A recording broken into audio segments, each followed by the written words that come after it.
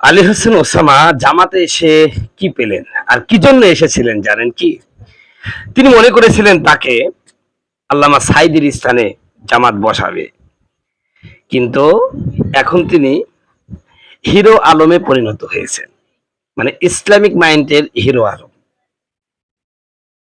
তার বেশভূষা, তার টুপি, তার চলন ব্যবহার, তার কথাবার্তায় আমার কাছে মনে হচ্ছে ইসলামিক মাইন্ডের হিরো আলম, বা বলতে পারি ইসলামের হিরো আলম তিনি। এমন একটা পরিস্থিতি তার মধ্যে বিরাজ করছে। অথচ যখন তিনি কওমি অঙ্গনে ছিলেন তখন বাংলাদেশের সিংহ পুরুষ তাকে মনে করা হতো, কিন্তু কিভাবে যে তিনি হারিয়ে গেলেন আল্লাহ পাকই ভালো জানেন।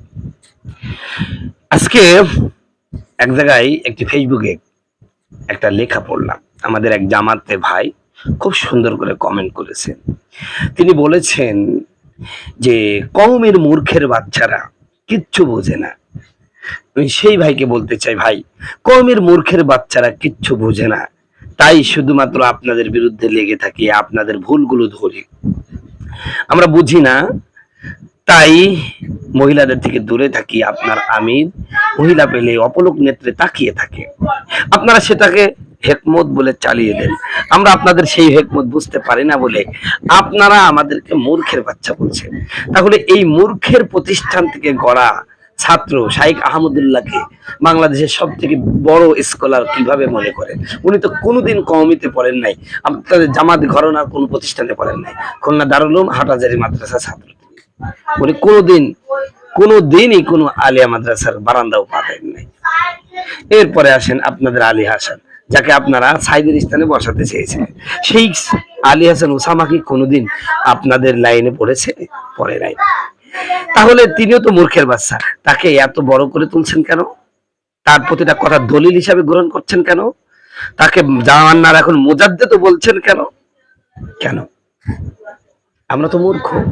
সেই মূর্খরাই, সেই মূর্খের প্রতিষ্ঠান থেকে সেই মূর্খ হুজুরদের কাছেই আলী হাসান ওসামা পড়েছেন, শাইখ আহমদুল্লাহ পড়েছেন, তারপরে আরো যে ওই যে ইউসুফ মাহমুদি বলে, সবই তো কওমির ভাই। এখনো জামাতে যারা বড় বড় আলেম তারা তো 90% আলেমই তো কওমি। তারপরেও আমরা মূর্খ কেন ভাই? এই যে মূর্খ বলে গালি দেন, নিজেদেরকে এত শিক্ষিত মনে করেন। মনে রাখবেন, এদেশের কওমি আলেমদেরকে যতই ছোট করার চেষ্টা করে, এদেরকে ছোট করা যাবে না, কারণ এদেশের কওমি আলেমদের সম্পর্ক একমাত্র শুধুমাত্র কেবলমাত্র সুবহানাহু তাআলা, আল্লাহ সুবহানাহু তাআলার সাথে। অতএব আল্লাহর সাথে যাদের সম্পর্ক তাদেরকে কখনো অপমানিত করা যায় না, ছোট করা যায় না। অতএব শেষ কথা যেটা বলছি, আলী হোসেন ওসামা ভাই চেয়েছিলেন সাঈদী হতে, হয়ে গেছেন হিরো আলম। আরো পতন হবে, এই জন্য নিজের সক্রিয়তা বজায় রাখার চেষ্টা করেন। মানুষ কেউ নাই। আমার বন্ধুগণ, আমার ভাইয়েরা, আল্লাহ রাব্বুল আলামিন এবার ডাক দেয়, বলেন, ও ফেরেশতারা, এই হাজীকে জান্নাতে দেওয়ার দরকার নাই। ফাহাদুহুম ইলা সিরাতিল জাহিম। তোমরা দাঁড়ায় দাঁড়ায় কি দেখছো? হাজীকে ধাক্কায় ধাক্কায় জাহান্নামের মধ্যে ফেলে দাও। এজন্য নড়াইলে মুসলমানের আপনারা মনে করতে পারেন, হুজুর আমি নামাজ পড়ি, আমি রোজা রাখি, ওয়াজ করি, যাকাত দিই, আমি তো ভালো মানুষ। ভাই, শুধু নামাজ রোজা আপনাকে কিয়ামতের ময়দানে জান্নাতে নিয়ে যেতে পারবে না। আপনাকে আল্লাহর হুকুম যখন মানতে হবে, আল্লাহর হক যেমন আদায় করতে হবে, এই দুনিয়ার জীবনে মানুষের হকগুলো আদায় করবেন, মানুষের হক নষ্ট করবেন না, পরের জমিনে আল ঠেরবেন না, পরকে কষ্ট দিবেন না, কোনো মানুষকে অন্যায়ভাবে তার উপর জুলুম করবেন না। জুলুম কিন্তু আরো খারাপ মারাত্মক জিনিস। এই জুলুম হলো বান্দার হক। কোনো মানুষের মনে যদি কষ্ট দেয়া থাকেন, এই জমিনের মধ্যে যদি তার থেকে মাপ নিয়ে না যেতে পারেন, আল্লাহ কিয়ামতের ময়দানে ওই দিন কিন্তু বিচার করবে। আমার আল্লাহ এমন বিচার করবেন যেই বিচারের মধ্যে কোনো স্বজনপ্রীতি চলবে না, কোনো দুর্নীতি চলবে না। আর আপনি দুর্নীতি করবেন কি করে? ওই দিন যিনি উকিল হবেন, আমার নবী, আপনার নবী মুহাম্মদ রাসূলুল্লাহ। বলেন তো, আমার নবী কি ঘুষ খাবে? আর ঘুষ খাবেই আপনি কেমনে দিবেন? কিয়ামতের ময়দানে মানুষগুলো নাজাত পাওয়ার জন্য আমার আল্লাহকে বলবে, আল্লাহ এই আমার সন্তান নাও, আমার স্ত্রী নাও, আমার পরিবার নাও, সবগুলোর বিনিময়ে আমার আল্লাহর কাছে বলবে, আল্লাহ আমার সন্তানের বিনিময়ে, আমার স্ত্রীর বিনিময়ে, আমার সম্পদের বিনিময়ে, সব কিছুর বিনিময়ে আমার মাফ করে দাও। আমার আল্লাহ বলবেন, আজকে তোমার কিছুই গ্রহণ করব না।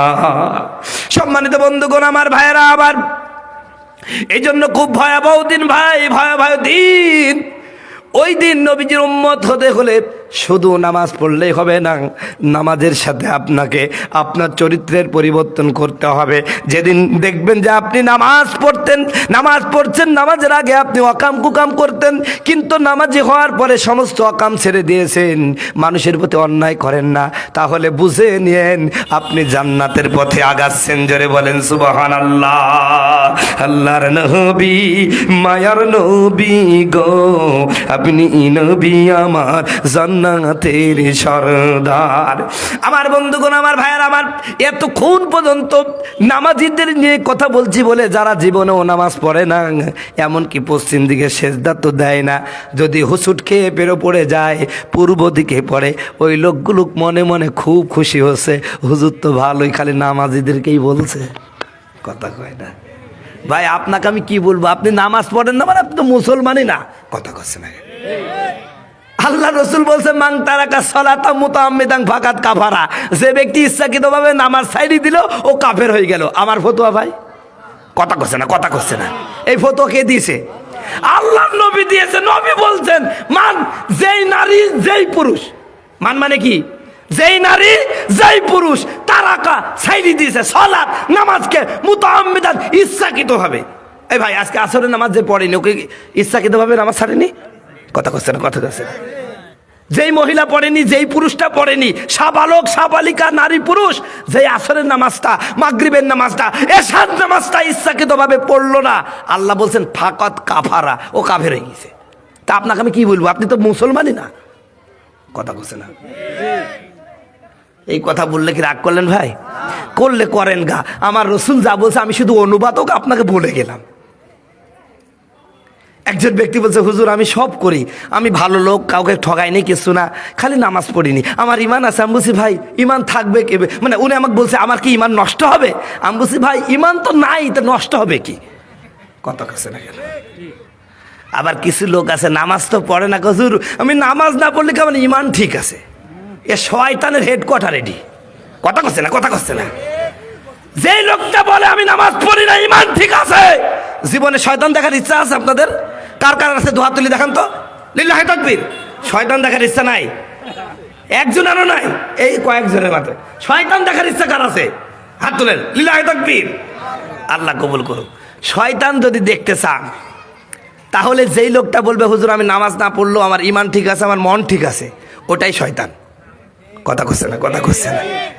আর একটা শয়তান আছে, এই মাহফিলের সময় ভর করে। এক লোক একটা গল্প বলে, অনেক সময় ওয়াজ করছি তো আপনাদের মনে হয় কষ্ট হচ্ছে, একটা গল্প বলি শোনেন। এক লোক, ও যে কাজ করে খালি লস হয়, তো ও চিন্তা করলে একটা মান্যত করি, তো মান্যত করতে করতে লোকটা আবার শয়তান খুব, বুঝছেন? মানে শয়তান বলতে শয়তান না, বলতে চালাক, মানে মানুষকে খুব হাসায় আর কি, রসিক লোক মনে করে, রসিক লোক। তো ওই লোক মান্যত করেছে, আল্লাহ তুমি যদি আমার অমুক আশা